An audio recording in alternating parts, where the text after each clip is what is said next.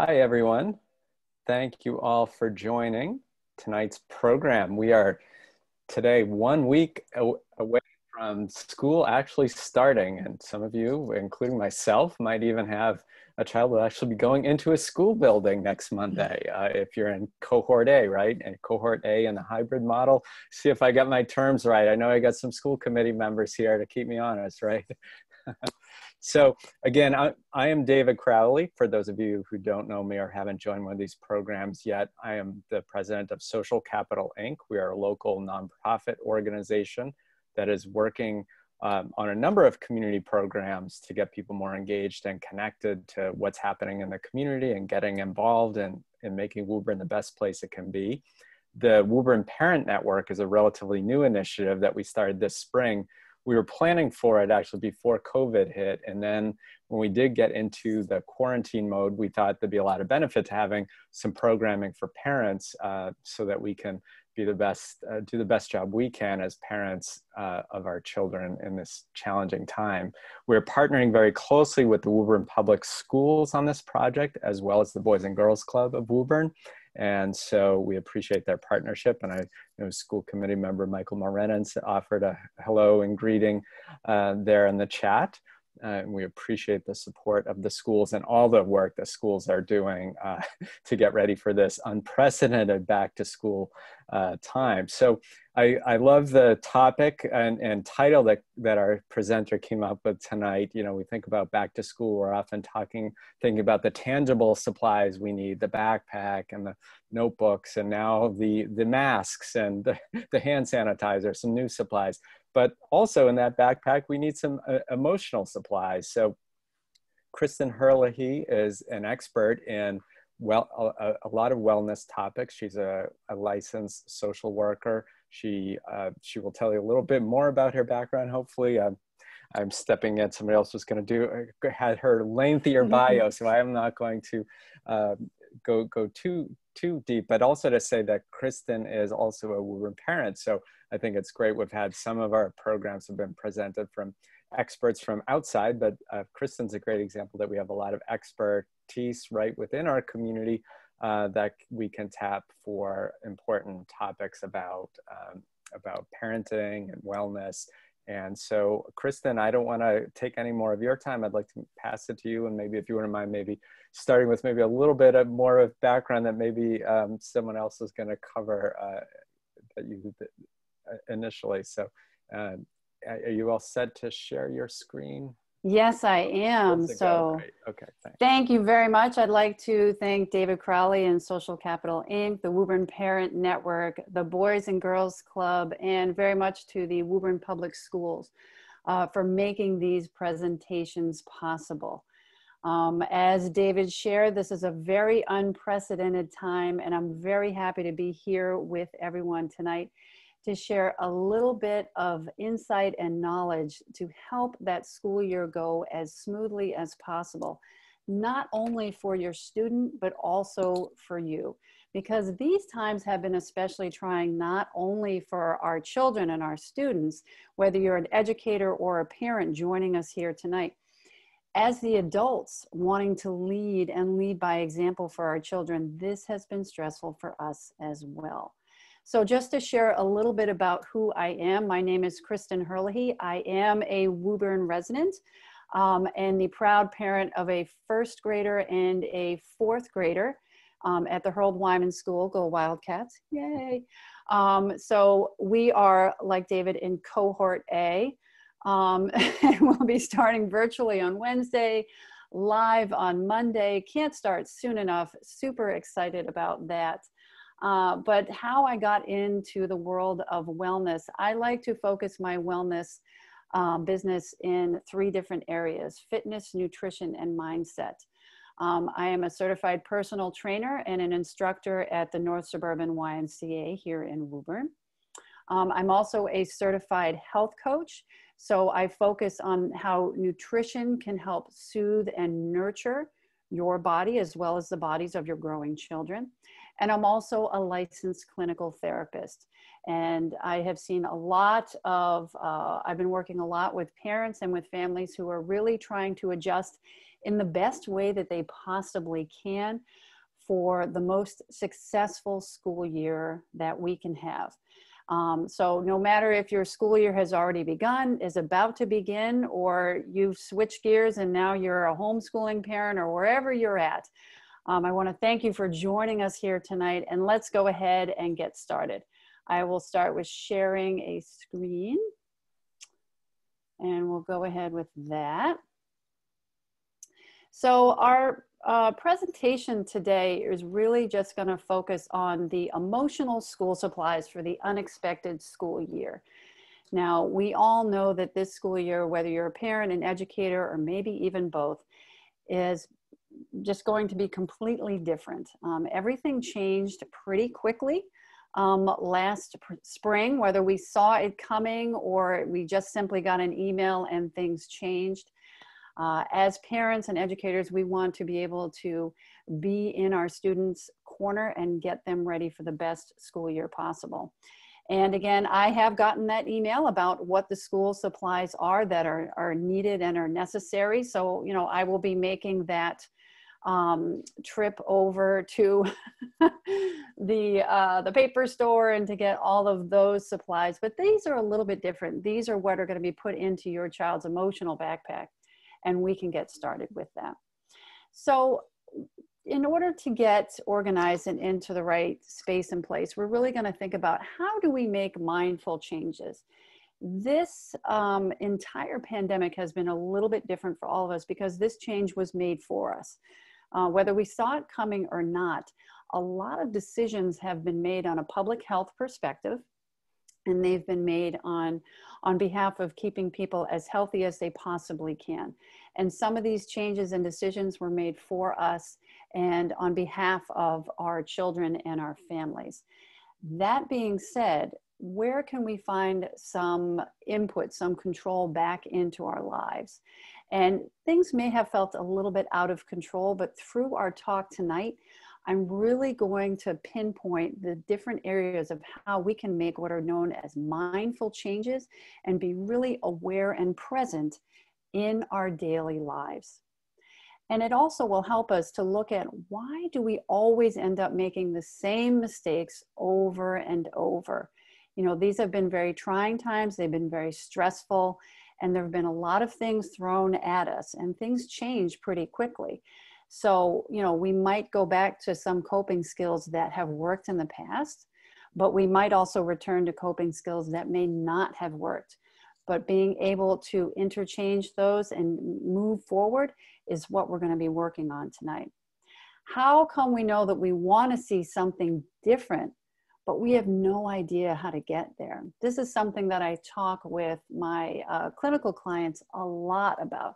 Is they say, gosh, I know I want to get here in terms of how to make a better decision or how to make a more mindful, healthy decision, whether it's for myself or for my family. And I don't know how to get there. I feel really stuck. So if you're a parent or an educator who's felt really stuck in the last few months or is worried that that might happen to you in the coming weeks, you're in the right place. And lastly, how can we plan for anything when everything keeps changing day to day, email to email? Every time we check our Facebook posts, everything changes, and there's a lot of questions out there. Sometimes we have the answers and sometimes we don't. And there are also times when we're turning to those experts and we're really trying to put all the answers together that make sense for our family. Not every solution is going to work for every family. So hopefully what we put together tonight, you can take some of these pieces and be ready and prepared for those emotional school supplies whenever your school does start. So if you're here looking for some effective and nurturing skills that your family can access now for this school year, without anything having to buy, without any confusing tools, and without any tricks, then make sure to stay tuned, because at the end of this presentation, I will be sharing with you 7 healthy coping skills that you can use for yourself, you can use for your children, or if you're an educator, you can also use for your students. So stay tuned and let's get started. So what we're going to look at here, this is known as cycles theory. This is something that I use with my clinical clients. And it is a cognitive behavioral skill. Cognitive, how we think; behavior, how we act and how we move. And we start off looking at what are known as trigger events. Now, we all had, as a globe, the exact same trigger event back in March of 2020. And that trigger event started a bit of a landslide of changes into our lives. This was a large life event that got us started towards some possibly negative behaviors. Now, I've given some examples, such as, in our daily lives, like perhaps maybe you got stuck in traffic on your way home, or, miscommunication with your partner as to who was going to prep dinner when you got home resulted in no dinner being prepared at all. There are a lot of trigger events that can get us started. And this is where I really focus on, how does it all begin? And I alluded to this in the intro, where I talked about how sometimes we don't even know how things get started. How can we make a mindful decision if we don't know where things kind of went wrong? Being able to identify the trigger events for yourself, but also being able to identify the trigger events for your children or for your students. And if you're an educator out there, sometimes you're prepping your classroom and the students come in and you're able to know, oh boy, this kid is not having a good day, or this student is really not in the same space that she was in yesterday. You can tell that something has triggered them off. Even as a parent, you just know that sometimes your child's not having an on day and you want to get in there and help them. One of the ways that you can help them is to help identify the trigger. And you can say to them, how did this all start? When did things start to go wrong? And that's a helpful way to let them, as well as know where are some ways that you can reroute for a better direction next time. So trigger events then lead to what I find most challenging for kids, and that's feelings and emotions. Now, especially if you have a child who is in the elementary school range, they might have a lot of difficulty even labeling or saying what an emotion is. They might say, I feel badly, but I don't know what it is. And, if you have a middle schooler or a high schooler, they might have more sophisticated language in terms of how they can express that emotion. They might not be as willing to share that emotion with you, but that's okay. At least we can start with them being able to label that feeling or emotion for themselves. And again, if it's a younger child, it doesn't have to be that sophisticated. It could simply be mad, sad, happy, glad. You could really keep it down to 3, 4, 5 really straightforward emotions. As your child matures and becomes more sophisticated, or your student, you can help them to identify that feeling a little bit differently. So feelings are associated with the trigger event. And just, to give you an example, if a child doesn't get a lot of sleep the night before that first day of school, maybe they're a little bit nervous about something, and the trigger event is that they didn't get a lot of sleep. And the feeling when they're in the morning, they're just feeling really grouchy. They're just not really feeling themselves, and they can be aggravated, frustrated, sad, happy, angry, whatever it might be. But being able to stop them in the moment and say, hey, what is going on with you? What are you feeling right now? We never place shame or blame on any emotion. What I always say to my kids as well as my clients is just, all emotions are good. Go ahead and put them all out on the table. Any emotion that is out there is good, and it's something that we can work with. An emotion that's inside and is trapped, that's not going to help because we can't work with it. So let me know as best you can. And for younger kids, feel free to grab a box of crayons and some paper and maybe have them color and draw a little bit about what's going on for them. Again, if they don't have the words, they can describe it in some other creative ways. Behavioral cues is the next part that we're going to explore for this evening. And, what I like to describe is if someone were across the room, which a lot of us will be across the room when our students go back to school, but if someone were across the room and were watching you react and have a trigger event and a feeling, what would your body look like? For some kids, they're almost better able to identify their behavioral cues before their feelings. So again, you might have to, it doesn't necessarily have to go in this perfect order, but these are the physical cues that are associated with the trigger, which then lead to a negative behavior. So say, for example, the trigger event, the example that we have is the child who didn't get enough sleep. They were worried about school and they're feeling, overtired, kind of cranky, and still nervous about school. The behavioral cue, if you were a parent or an educator or, someone who would see this child, like maybe their shoulders start to hike up, or maybe, their hands, they kind of wring their hands together, or maybe they get that little knot in their forehead.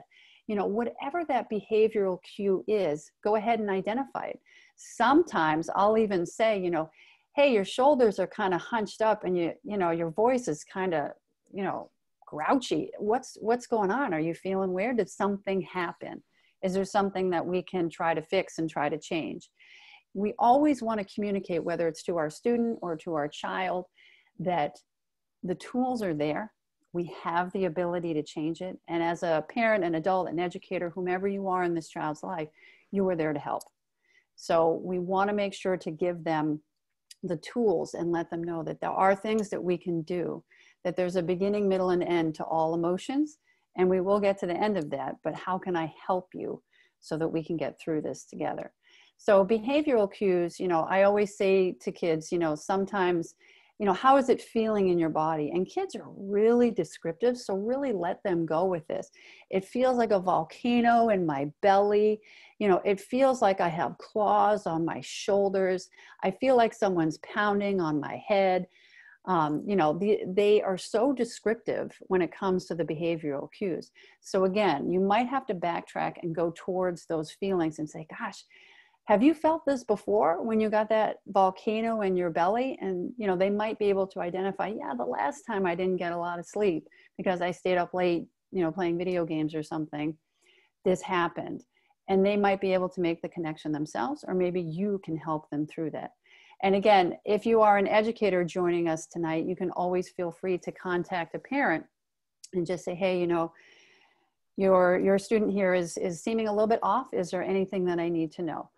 Sometimes I will try and message my children's teacher if I say, hey, they had a bad night sleeping, or, whatever it was, they got into an argument with their best friend at the bus stop, whatever it might be, just to give the teacher a heads up. So if they see some of the behavioral cues, they might know what's going on.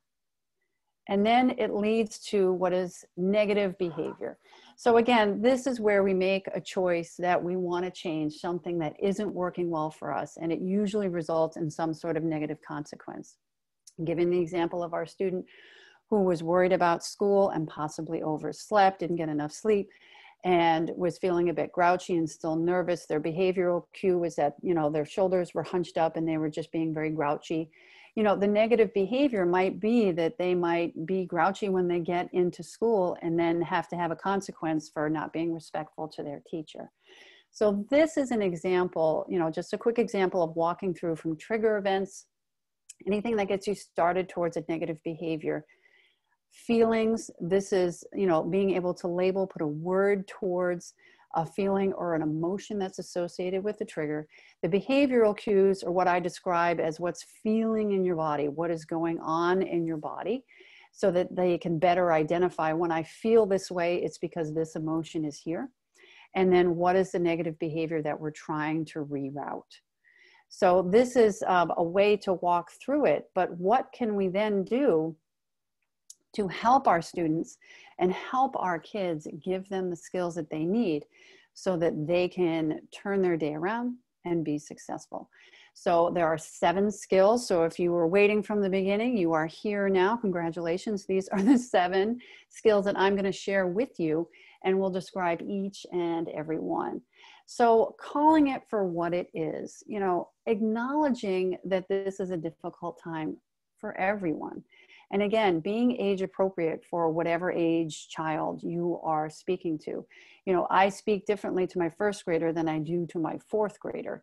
But they both understand that there's something different going on outside the door that has not happened before, either in their lifetime or in mommy or daddy's lifetime. So, making sure that they understand that this is a difficult time, but that we have a plan.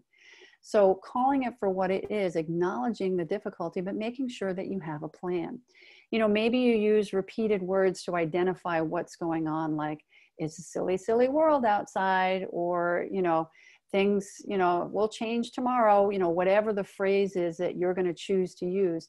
Make sure that you're helping to identify how it feels in your mind as well as in your body. The little ones in our lives, no matter how little they are looking to us as a live example as to how to deal with this. So if we are not handling our own stress, it's pretty much a guarantee that on a time delay, our little ones will not be able to handle their stress as well. So being able to acknowledge it for that it's a challenging time, but that we have a plan. Giving it 90 seconds. I'm a bit advocate of this. And yes, this is challenging at times, but it's one that, you know, I find that I've used this so often that I've never found that it has been unsuccessful. So when we accept a feeling, it's usually gone within 2 minutes or less. So by giving yourself 90 seconds, if you're in a stressful, emotional moment, or for your student or for your child, and giving them some skills. All right, why don't we take some shoulder rolls while we're sitting here for just, I mean, you know, mommy needs some shoulder rolls. You want to do these with me? Or, all right, as a class, we're all going to take a big deep breath in with our masks on and exhale in our own space with our masks on. You know, and making sure that they get into their body so that they can react to what's going on and calm their body. Identifying the emotion for your child or for your student and setting the time, saying, all right, I think we need a minute. Let's go ahead and we're going to grab some shoulder rolls and some deep breaths for a minute. Here we go.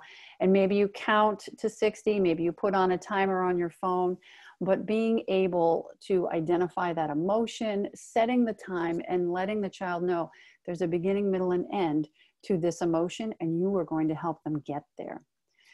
Building a calming space. This is one of my favorites. And, you know, whether or not you've been able to do this for yourself, it's never too late to build a calming corner, if that's what you want to call it, or a space for yourself, as well as for the children and students in your lives.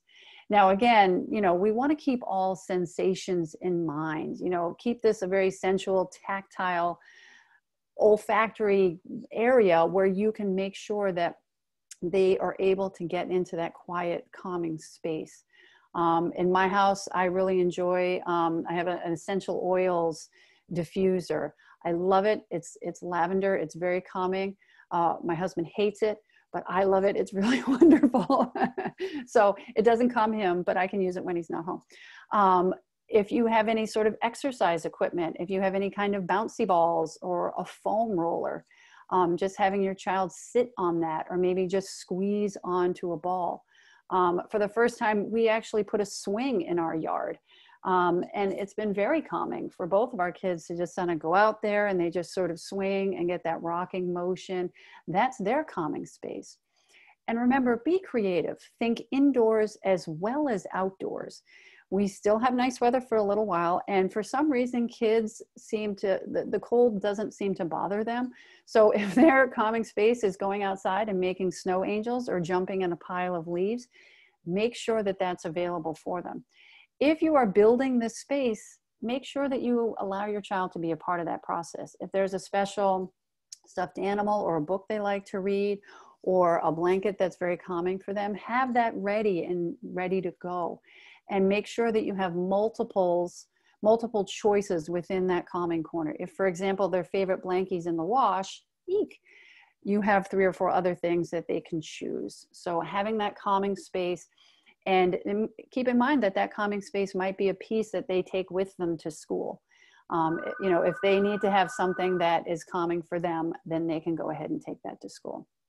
Number 4, setting a schedule. This is really important in our house, and making sure that we have fun included.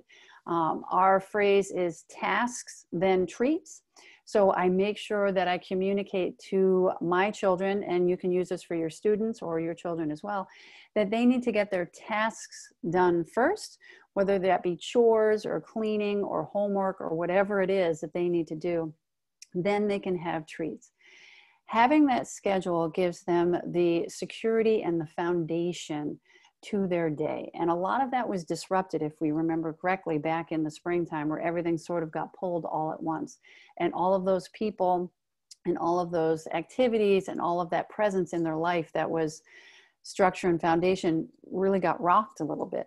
And it's going to come back in with this coming school year, but let's go ahead and make sure that we have a schedule as well.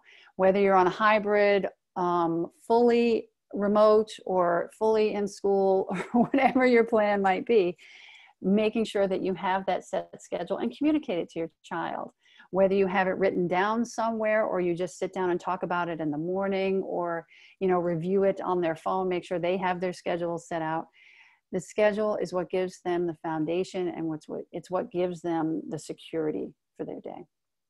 Number 5, identifying the triggers. We talked about this with the cognitive behavioral exercise. It was the first piece of that pie.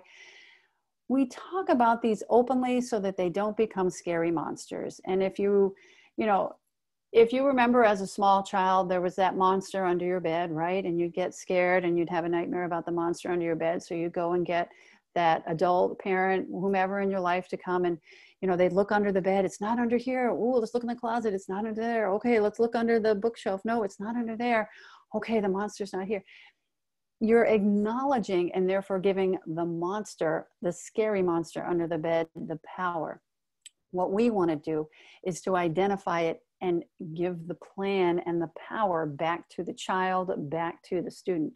We normalize this by acknowledging it and saying, you know what, this is a difficult time. You know, it's not a scary monster. We have the tools that we know in order to keep ourselves safe. And these are the things that you can do, and you can insert whatever you need to as a family to help your child or your student feel safe. So that way, when the scary monster is there, because sometimes children do get scared and have emotions that are intense, they have the tools of the trade to get through it. So again, making sure that the scary monster is something that's acknowledged, but that they have a plan. And it goes right into number 6, creating that escape plan. You know, we talk about what happens if, you know, we get separated in the supermarket. We have a plan for that. We talk about if there's a fire in our house, how do we get out? We have an escape plan for that. But what do we do when we need an emotional escape plan?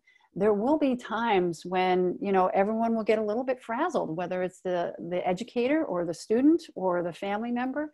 And we will need to sort of, you know, press that panic button and ask for help. So making sure that you establish a plan, whether you say to your child, you know, I always notice that between 3 and 5, you know, at the end of the school day, you kind of get a little like this. And, you know, is there anything that we can do to try to plan for that? You know, or you want to go for a walk after school to try to, you know, get some energy out, go for a bike ride, you know, that sort of thing. Have a plan. You can talk about it before it actually happens. You know, we talk about and plan for so many other things, but it's one of the things that we always seem to leave out is planning for our emotional response. It's okay to talk about emotions, whether you have them or not. If you have a plan in place, that gives the power back to that child. And our last piece is having a regular check-in time. You know, whether that be first thing in the morning over a meal, or maybe as you're winding down at the end of the school day or the end of the day, go ahead and have that check-in time with your students, with your child, so that they know that there are times that you can really say, this went well, and this is what I really enjoyed about it, and this is not what didn't go well. And that's what I'd like to see differently. I have a friend that describes it. She talks with her children about the peaches and the pits. What was your peach today? Oh, well, you know, I really got to, you know, share something in my class and my Zoom classroom, and it went really well. And all the other students like it. Well, what was your pit? Well, you know, it was raining and I didn't get to ride my bike after school. And that was, you know, I was really looking forward to that all day, and that was a pit. It acknowledges for kids, and especially for the younger ones, that there are those waves in life that come up and come down, and acknowledging for them that they will come and go, that there are good times that we have and that there are more challenging times, but that as long as there's a balance of both, we're going to have that gratitude and that balance in our lives to keep moving forward. So calling it for what it is, giving 90 seconds for that emotion to pass, building that calming space for yourself as well as for your child, setting a schedule and sticking to it, identifying the triggers, and don't give that scary monster, don't make him any hairier than he already has to be. Create an escape plan. We plan for so many other things in our lives. Why not plan for our emotions? And then have a regular check-in time so that that way you and your child or you and your students will know this is how we can be thankful for our day. Now, you don't have to be a total superhero in order to, be there to support a child, but you can feel like one. And I hope that with everything that we've been able to share with you tonight, that you have some emotional school supplies that you can take with you into the school year, whether you're a parent or an educator. So I think we are now open for some questions. Yeah, so again, people can type questions into the chat and we'll field them. You can type them publicly, but you can also message, I'll sort of moderate, so you can message me directly if you would rather keep it private. Or Jenna's going to help me too. Jenna. Very good, very good. As we wait for the questions to start coming in, if you could, I'm curious, Kristen, to start off a little more talking about, that 90-second rule. Is that something I heard you kind of describe as something maybe you would, suggest to the child that it's time to do that? Do you also train your kids even at the elementary age? Is that a skill that they develop for themselves kind of thing? Or is it more really the adult has to initiate that? I think it's a matter of both. There are definitely those children who have that sort of emotional regulation and can sense and sort of feel when they're going down a certain path that they'd like to change. There are some children who need to have a reroute, and you need to kind of wave that yellow flag to say, hey, slow down a little bit. I see this is where you're going. But that also doesn't mean that each one of those personalities can change and they could take different routes. Ultimately, we want for our children and for our students to be able to have that emotional self-regulation so that, when they do go off and become adults, and I'd say go off to college, but that's not even, that's a different thing now too. But, when they are off on their own in life, that they'll be able to sense those feelings and emotions and be able to reroute themselves. So it's a little bit of both. Some children will need prompts at times and some children will not. And it really depends on the situation, the age, and the maturity of the child. Great. We have a question coming in from our audience. Good question. Any suggestions on multi-age homes? This person asking has 5 kids at age 17, 12, 10, 2, and 1. So hard to telework, remote school, and daycare all at the same time. So that is quite a span under that roof. So any tips on how to adapt for those? My goodness. Well, bless you right there. Whoever's asking that question for 5 children. As the youngest of 5 myself, I'm pretty familiar with the controlled chaos that can come with large families. But that being said, there's a couple of the 7 skills that I really want to touch upon, and it's number 3 and number 4. Number 4 is setting that schedule. And you can have a family household schedule. Like, for example, if there was a mention of younger children, I'm assuming they might still be napping. It is a quiet time in the house from 12 to 2. And whether that means you're in your room reading a book, or you're doing yoga, or you're on a Zoom call, or you're napping, this is that time. Or, no matter what happens, dinner's at 6:30. We don't care where you are, or what you're doing, you're coming back for that. Having that set schedule for the household will give that clarity and foundation for the household, while then being able to manage the individual needs of each one of your children, because their needs are very different given the wide range of ages. So, some of them will be napping, some of them can make their own peanut butter and jelly sandwich and go off into their Zoom room. Some of them will be, independently studying and interacting in their lives. So having a clear understanding of what each individual schedule is, but really making sure that you have that family schedule and building in a calming space and a calming time. This is where number 3 and number 4 are going to kind of go together.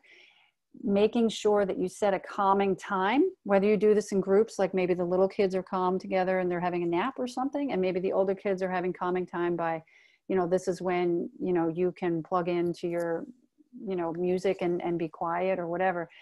But having that calming space and time for the adult as well as for the children, and just saying, every day at 2:00, this is when I'm taking 10 minutes and I'm going to meditate, or I'm going to have a cup of tea, or I'm, going to go outside and get fresh air on my face, or whatever it might be.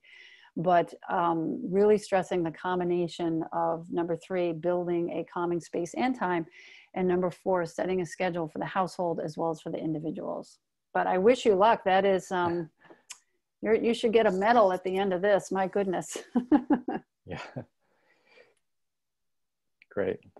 Good thumbs up on that feedback. Great. I know you mentioned in your intro that part of your focus is on nutrition. Could you say a little bit about connection between, nutrition and some of those behavioral things that we're discussing tonight? Absolutely. And it's something that, whether you've been, you've turned down that grocery aisle and we're looking for something, and not only is it not there, but the entire section of what you were looking for is not there, or you've been trying to manage emotions and mood through food. It's never been more pertinent that good nutrition will yield good thoughts and good behavior. So whatever food choices you make, making sure that there's a balance of eating across the rainbow. And I like to describe it in terms of traffic lights: green lights, yellow lights, and red lights. Green light foods come from a tree, a bush, or the ground. These are your go or grow foods. These are the ones that you can eat them and they make you feel good. They give you the fuel that you need. And I try to get 50 to 60% of calories from there. The yellow light foods are the ones where you want to slow down and think about it. These are the ones that come in a box, a bag, or a can. And these are the ones that you may have leaned on a little bit heavily at a time, when we're stressed or we're emotional or we're anxious or whatever the emotion might be. And this is, these foods are usually have a lot of hidden sodium and hidden fats and hidden sugars. So making sure that only about 15 to 20% of our calories can come from there. And then the remainder is the red light foods. These are the ones where I really want to stop and think, is it worth it for me to have this? These are what I call my holiday, birthday, special occasion foods.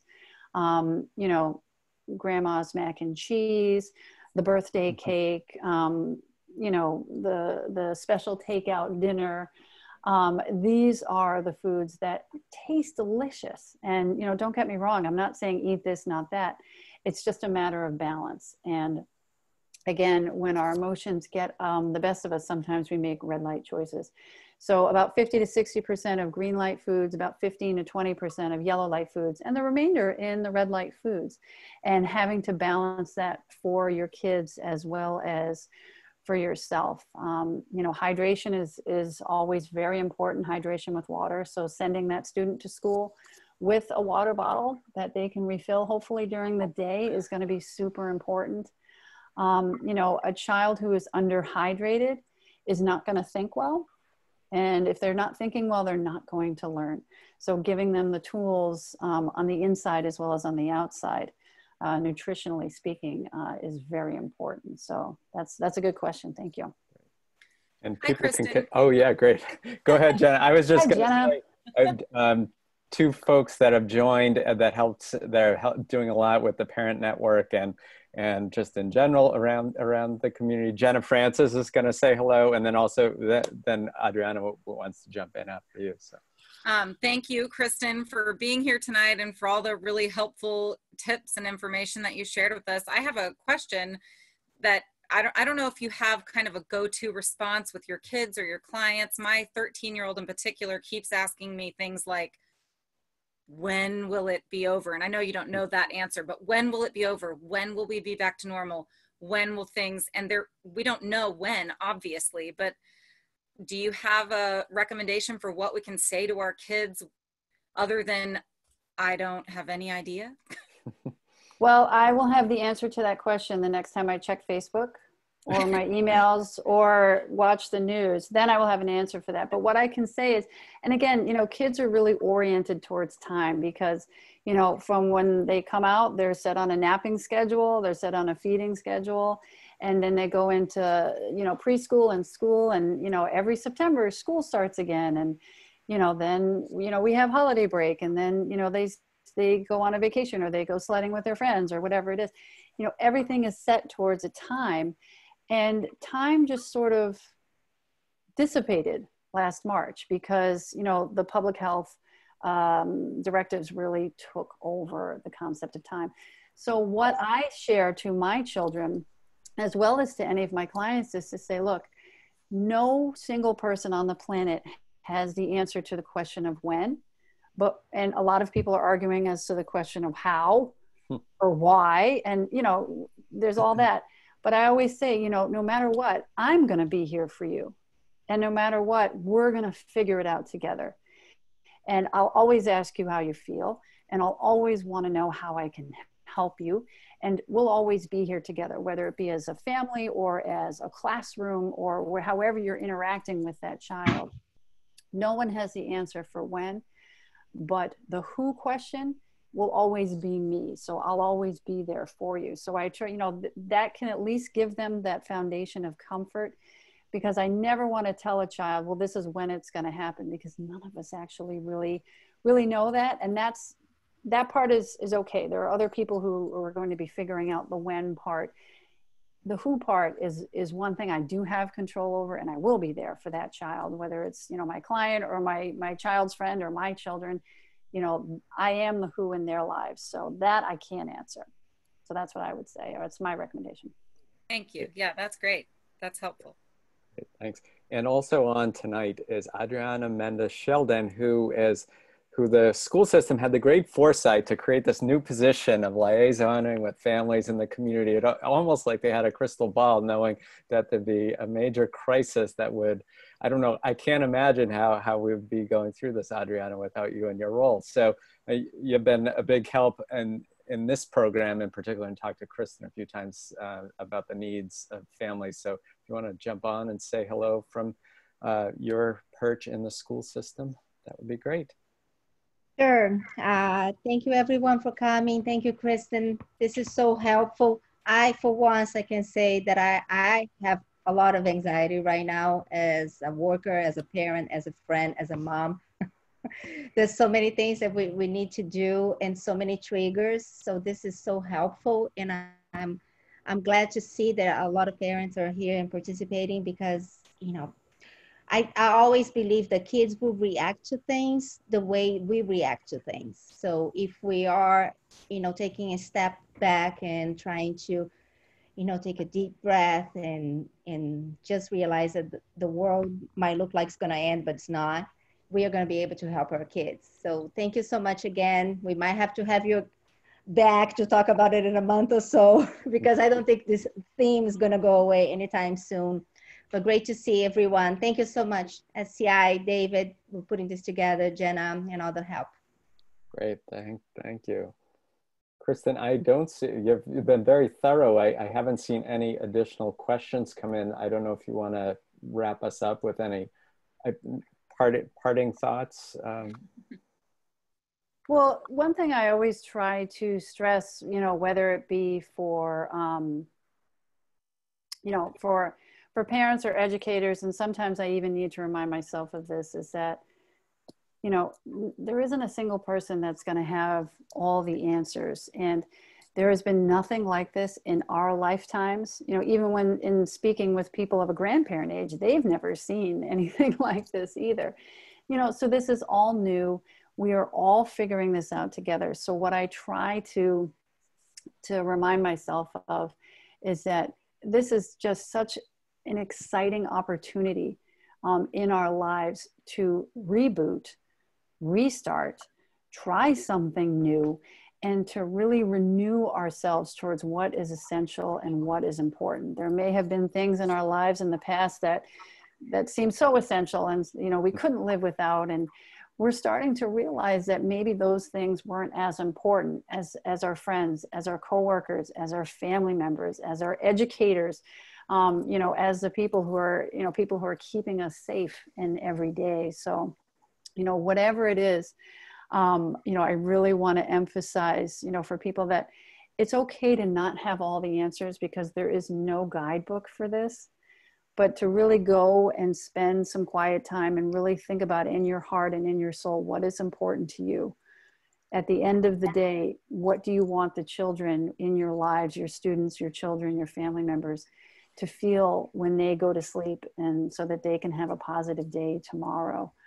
We are all figuring this out together, and being able to reach out, whether you're joining a webinar like this, or you're reaching out to a family member or a friend and asking for some assistance. It's okay, because no one has all the answers, but all of us can be there for at least one child, and that will make a difference. Great words to go out on, definitely. And Jenna answered the question, but I'll just in case people aren't looking at the chat. So we have recorded this. So if you came in late or want to share it with other fellow parents, it'll be on seiwoburn.org is where we share the programs. Let's say, to be safe, definitely by Wednesday, if not tomorrow. Usually there's a little bit involved to process it and cut out some of our banter at the beginning before we officially got started. And also the other thing I would mention is we have a Facebook group, Woburn Parent Network, and that is a place where we will also post the link. And that is intended to be a place, we always say, the school system, the Woburn Public Schools, Adriana, or your principal are the people ask for official answers. But that group is definitely a good place to go if you just want kind of sounding board, resources, ideas. We're looking to get more people involved in that group as a safe space for parents to share about things, as well as resources like this presentation. So great. Thank you again, Kristen, so much for taking your time to put this together. It's very thorough and thoughtful and timely as our back to school is so close. Well, thank you so much. I'm really happy to be here, and I'm very happy that we had so many parents and educators able to join us tonight. So if you have a friend or family member or educator who wasn't able to view this, make sure that they get the recording. This might be your way of reaching out and supporting them. So thank you so much. Great. Thanks, Kristen. Thanks, Kristen. Good night, everyone. Thank you, everyone, for joining us tonight. I'll try to get the video up as soon as possible on seiwoburn.org. Have a great night, everyone.